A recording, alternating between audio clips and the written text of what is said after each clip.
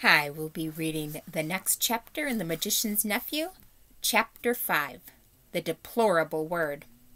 The children were facing one another across the pillar where the bell hung, still trembling, though it no longer gave out any note. Suddenly, they heard a soft noise from the end of the room, which was still undamaged. They turned quick as lightning to see what it was. One of the robed figures, the furthest off one of all, the woman who Diggory thought so beautiful, was rising from its chair. When she stood up, they realized that she was even taller than they had thought, and you could see at once, not only from her crown and robes, but from the flash of her eyes and the curve of her lips, that she was a great queen. She looked round the room and saw the damage and saw the children, but you could not guess from her face what she thought of either, or whether she was surprised. She came forward with long, swift strides. "Who has awaked me? Who has broken the spell?" she asked. "I think it must have been me," said Diggory. "You?" said the queen, laying her hand on his shoulder, a white, beautiful hand, but Diggory could feel that it was strong as steel pincers. "You? But you are only a child, a common child. Anyone can see at a glance that you have no drop of royal or noble blood in your veins. How did such as you dare to enter this house?" "We've come from another world, by magic," said Polly, who thought it was high time the queen took some notice of her as well as Diggory. "Is this true?" said the queen, still looking at Diggory and not giving Polly even a glance. "Yes, it is," said he. The queen put her other hand under his chin and forced it up so that she could see his face better. Diggory tried to stare back, but he soon had to let his eyes drop. There was something about hers that overpowered him. After she had studied him for well over a minute, she let go of his chin and said, "You are no magician. The mark of it is not on you. You must be only the servant of a magician. It is on another's magic that you have traveled here." "It was my Uncle Andrew," said Diggory. At the moment, not in the room itself, but from somewhere very close, there came first a rumbling, then a creaking, and then a roar of falling masonry, and the floor shook. "There is great peril here," said the queen. "The whole palace is breaking up. If we are not out of it in a few minutes, we shall be buried under the ruin." She spoke as calmly as if she had been merely mentioning the time of day. "Come," she added, and held out a hand to each of the children. Polly, who was disliking the queen and feeling rather sulky, would not have let her hand be taken if she could have helped it. But though the queen spoke so calmly, her movements were as quick as thought. Before Polly knew what was happening, her left hand had been caught in a hand so much larger and stronger than her own that she could do nothing about it. "This is a terrible woman," thought Polly. "She's strong enough to break my arm with one twist, and now that she's got my left hand, I can't get at my yellow ring. If I tried to stretch across and get my right hand into my left pocket, I mightn't be able to reach it before she asked me what I was doing. Whatever happens, we mustn't let her know about the rings. I do hope Diggory has the sense to keep his mouth shut. I wish I could get a word with him alone." The queen led them out of the Hall of Images into a long corridor, and then through a whole maze of halls and stairs and courtyards. Again and again they heard parts of the great palace collapsing, sometimes quite close to them. Once a huge arch came thundering down only a moment after they had passed through it. The queen was walking quickly. The children had to trot to keep up with her, but she showed no sign of fear. Diggory thought, "She's wonderfully brave and strong. She's what I call a queen. I do hope she's going to tell us the story of this place." She did tell them certain things as they went along. "That is the door to the dungeons," she would say, or "That passage leads to the principal torture chambers," or "This was the old banqueting hall where my great-grandfather bade 700 nobles to a feast and killed them all before they had drunk their fill." They had rebellious thoughts. They came at last into a hall larger and loftier than any they had yet seen. From its size and from the great doors at the far end, Diggory thought that now at last they must be coming to the main entrance. In this he was quite right. The doors were dead black, either ebony or some black metal which is not found in our world. They were fastened with great bars, most of them too high to reach, and all too heavy to lift. He wondered how they would get out. The queen let go of his hand and raised her arm. She drew herself up to her full height and stood rigid. Then she said something which they couldn't understand, but it sounded horrid, and made an action as if she were throwing something toward the door. And those high and heavy doors trembled for a second as if they were made of silk, and then crumbled away till there was nothing left of them but a heap of dust on the threshold. "Whew!" whistled Diggory. Has your master magician, your uncle, power like mine? Asked the queen, firmly seizing Diggory's hand again.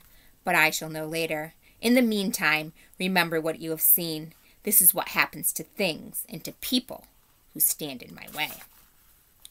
Much more light than they had yet seen in that country was pouring in through the now empty doorway, and when the queen led them out through it, they were not surprised to find themselves in the open air. The wind that blew in their faces was cold, yet somehow stale. They were looking from a high terrace, and there was a great landscape spread out below them. Low down and near the horizon hung a great red sun, far bigger than our sun. Diggory felt at once that it was also older than ours, a sun near the end of its life, weary of looking down upon the world. To the left of the sun and higher up there was a single star, big and bright. Those were the only two things to be seen in the dark sky. They made a dismal group. And on the earth in every direction as far as the eye could reach, there spread a vast city in which there was no living thing to be seen. And all the temples, towers, palaces, pyramids, and bridges cast long, disastrous-looking shadows in the light of that withered sun. Once a great river had flowed through the city, but the water had long since vanished, and it was now only a wide ditch of gray dust. Look well on that which no eyes will ever see again, said the queen.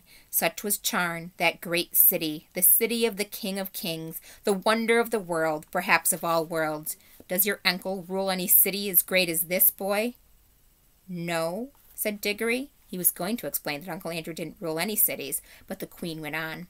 It is silent now, but I have stood here when the whole air was full of the noises of Charn, the trampling of feet, the creaking of wheels, the cracking of the whips, and the groaning of slaves, the thunder of chariots, and the sacrificial drums beating in the temples. I have stood here, but that was near the end, when the roar of battle went up from every street, and the river of Charn ran red. She paused and added, all in one moment. One woman blotted it out forever. Who? Said Diggory in a faint voice, but he had already guessed the answer. I, said the queen. I, Jadis, the last queen, but the queen of the world. The two children stood silent, shivering in the cold wind. It was my sister's fault, said the queen. She drove me to it. May the curse of all the powers rest upon her forever.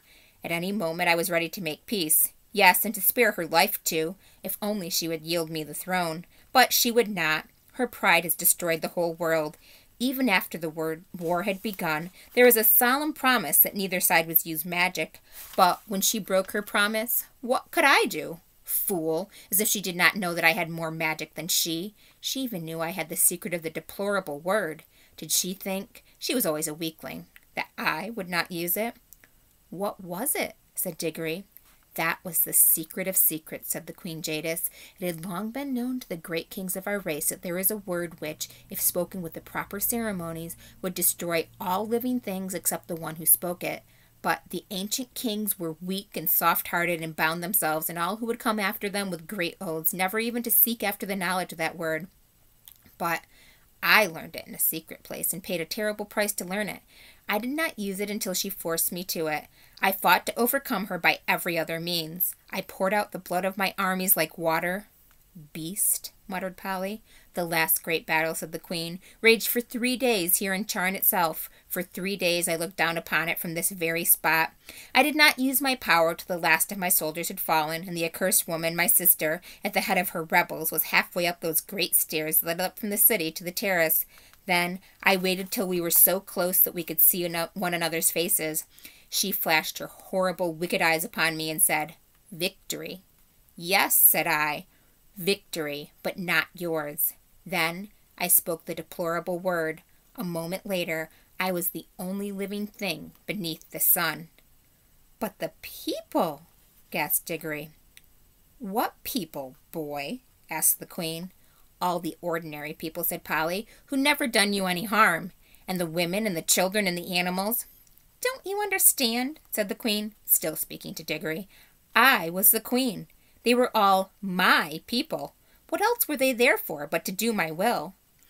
"It was rather hard luck on them, all the same," said he. "I had forgotten that you are only a common boy. How should you understand reasons of state?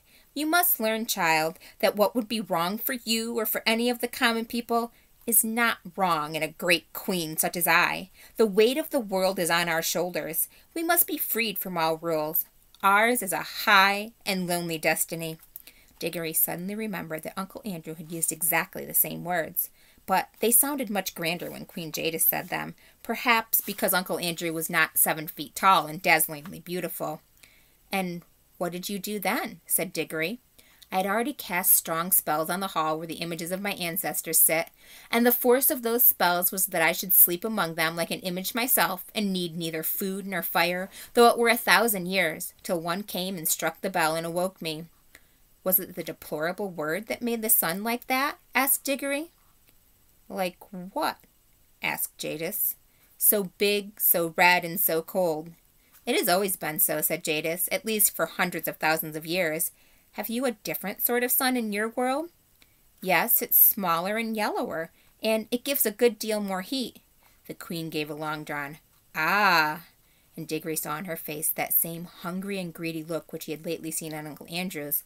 "So," she said, "yours is a younger world." She paused for a moment to look once more at the deserted city, and if she was sorry for all the evil she had done there, she certainly didn't show it, and then said, "Now, let us be going. It is cold here at the end of all the ages." "Going where?" asked both the children. "Where?" repeated Jadis in surprise. "To your world, of course."